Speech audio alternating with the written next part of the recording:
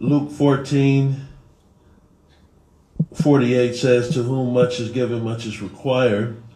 I bet a lot of you have heard this verse before, and I never really understood what it meant until my experiences with Volunteers of America.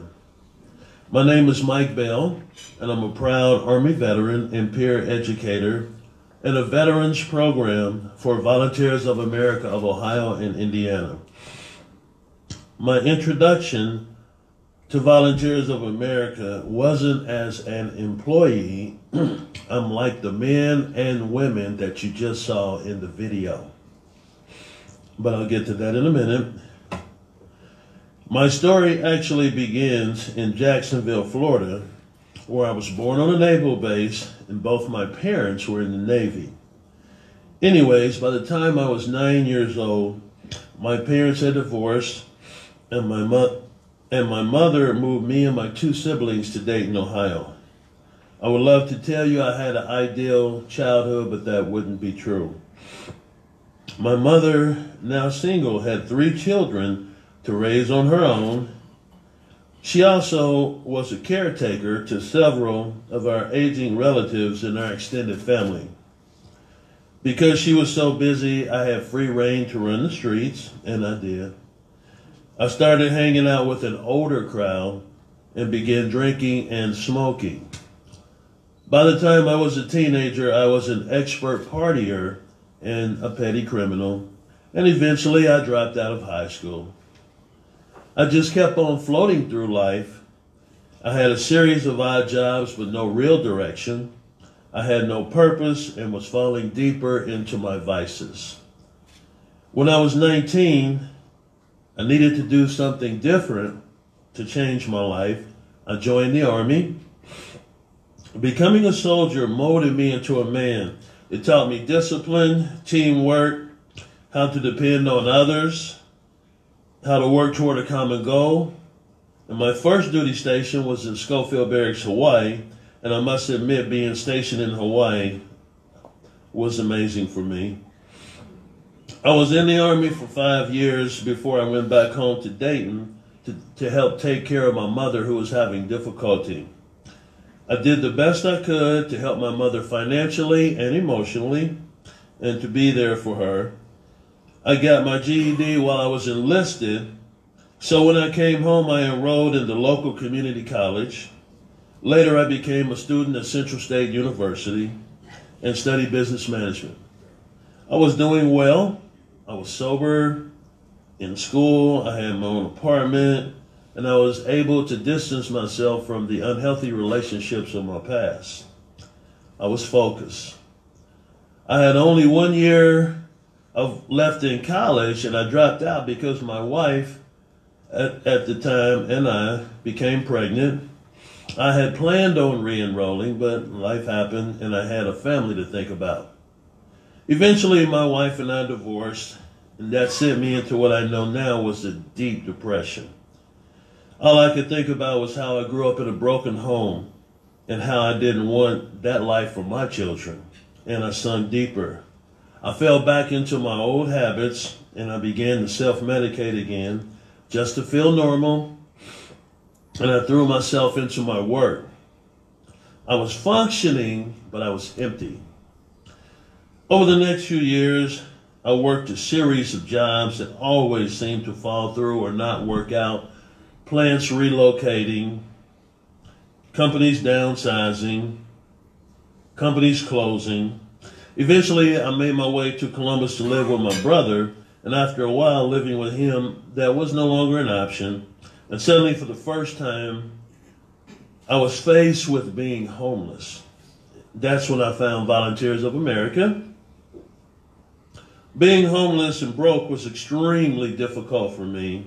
I thought I was better than the rest of the men in the facility. After all, I'd had good jobs before. I never did hard drugs when I went to college. I was full of pride and ego. I wasn't humble enough to accept the help that I really, really needed. So I left. I made a plan. I moved in with a friend and got my CDL license. I was going to be a truck driver and make lots of money and get back on my feet, or so I thought. But you know what they say, God will keep giving you the same lessons until you learn to listen. Soon history began to repeat itself. My job at the trucking company ended, and before I knew it, I was homeless and living at the Volunteers of America Veterans Resource Center again. In retrospect, I now know that God had just been guiding my steps, and he would get me to where I needed to be, where I am now. And just like my first time at VOA, I wasn't ready to listen. I was just biding my time. I was working on my plan and still ignoring God's plan for me. I remember going to morning meditation sessions. I would sit in the back and catch up on my sleep. I thought to myself, they can make me go to this meeting, but they can't make me like it, nor can they make me listen and pay attention.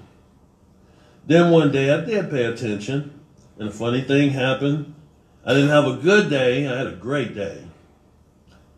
And who knew if you started your day with positive energy, it would set the tone for the rest of your day. So things started turning around. I was able to find housing and a job working security at a local church. My life wasn't perfect, but I could pay my rent and help my children with college. Eventually, I even got a car. Because life is expensive, I had to get a second job.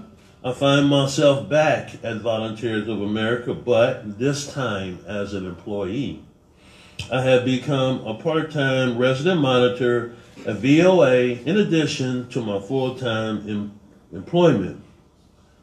During one of my shifts at Volunteers of America, I witnessed something I can honestly say changed me. I was sitting at the monitoring station, and there was a client from our emergency shelter who was having trouble maneuvering his walker through the front door.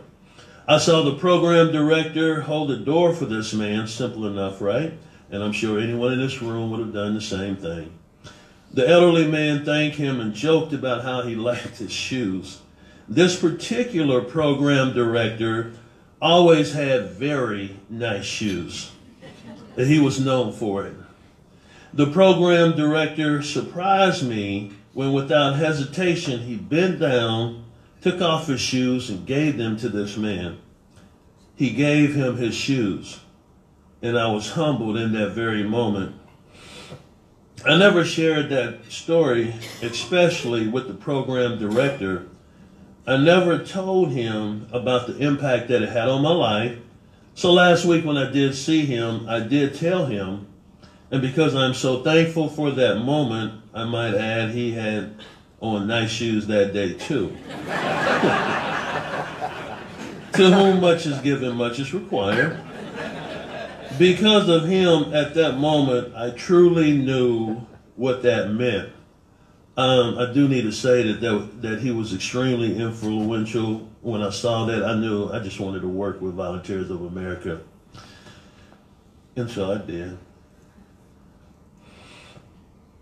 For much of my life, I did a lot of taking and not much giving. I began to look back at all those misfortunes that seemed to be repeating themselves, and I realized that they were lessons I was finally willing to learn.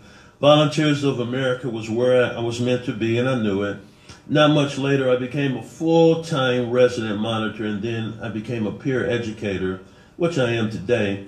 That means I now run the same monitoring morning meditation group that years ago I begrudgingly went to every morning. And I love sitting in group with my students, whom I call my friends. I tell them consistently that I was where they are. I tell them I understand it's easy to be overwhelmed by negativity and hopelessness, especially when you think there's no light at the end of what you're going through. I also tell them to learn from my story and know that God doesn't play favorites. Their blessing is next. After all, my blessings were possible because of you. You gave me shelter when I needed it most. You gave me tools to help me turn my life around. And here you are today giving more blessings. The greatest gift that Volunteers of America gave me can't be measured with money. I was given purpose. When I look in the mirror, I like the man I see looking back. I see a man who gives first and takes last. And I finally learned to serve. And today, I believe if you are a giver, God will give to you. So thank you so much for giving so much to me, and I'll keep paying it forward every day.